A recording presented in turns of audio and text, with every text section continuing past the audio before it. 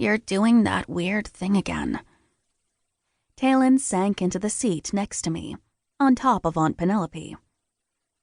I turned to look at her, trying not to look alarmed at the half Taylin, half Penelope who sat there. "Children these days." Great Aunt Penelope let out a loud sniff and then vanished, leaving Taylin and I alone.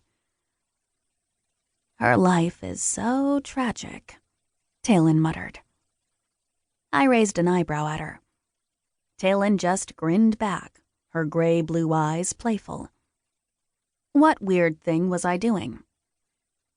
I reached out and patted her knee, attempting to reassure. Taylin looked fine, but her leg was bouncing as rapidly as mine was. "Zoning out." Taylin stared wistfully into the distance, her eyes unfocused. I probably was making that face. She looked like a love-struck zombie. "At least they don't know you're a—" "Taylin!" That was far closer to a shriek than was probably wise.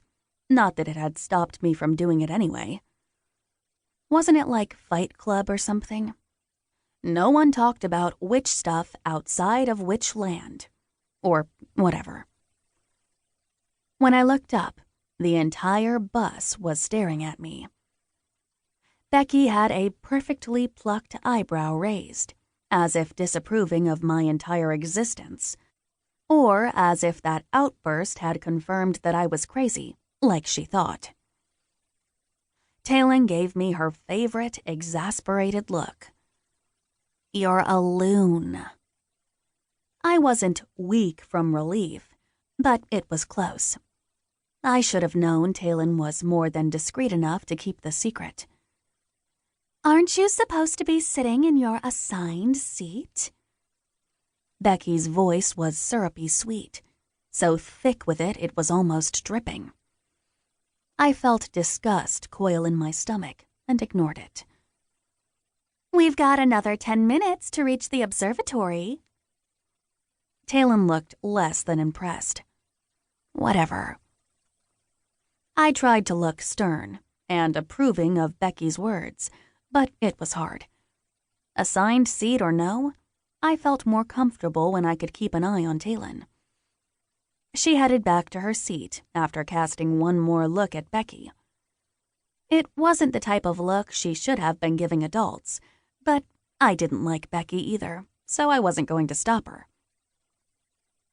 Then Becky stood up, putting a knee on her seat and facing the students all sitting behind us.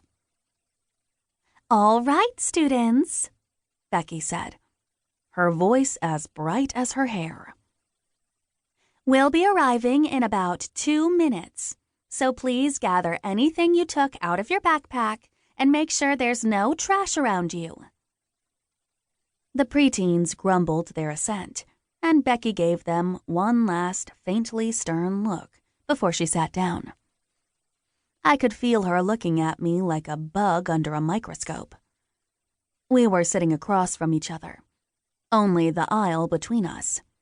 Both of us with at least half of our attention focused on the kids behind us. Beyond a brief introduction when we had checked the kids in, we hadn't really interacted. She stared at me, the chatter of the kids fading in the background. "I'm Amalie," I said, offering a hand for her to shake. I'd been good in social situations at work and had been an effective social worker, but I was still trying to find my feet when it came to the whole parenting thing.